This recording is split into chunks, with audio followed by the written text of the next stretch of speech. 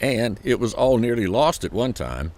When the Sisters of Mercy moved to other accommodation several years ago, the whole block of buildings was put on the block, so to speak, put up for sale.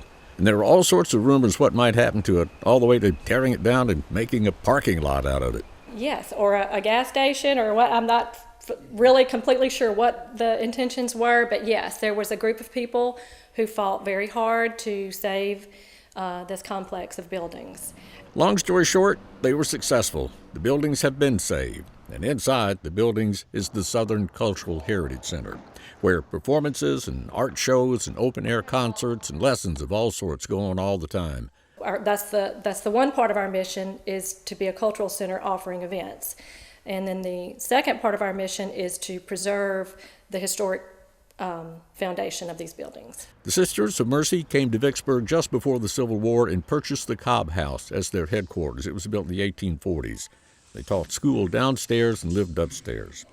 Then in 1868, the sisters built their convent. And later, they added the auditorium and academy. You've seen the auditorium in the movie Oh Brother, Where Art Thou? Actually, that's a big tourist attraction for the building. They'll call and, I just want to know if I can come stand on the stage where George Clooney was. And they can, and so can you, by appointment. See the whole complex for that matter. Where the sisters lived, the schoolrooms, the architecture of the complex, so much of it just the way it was, still untouched.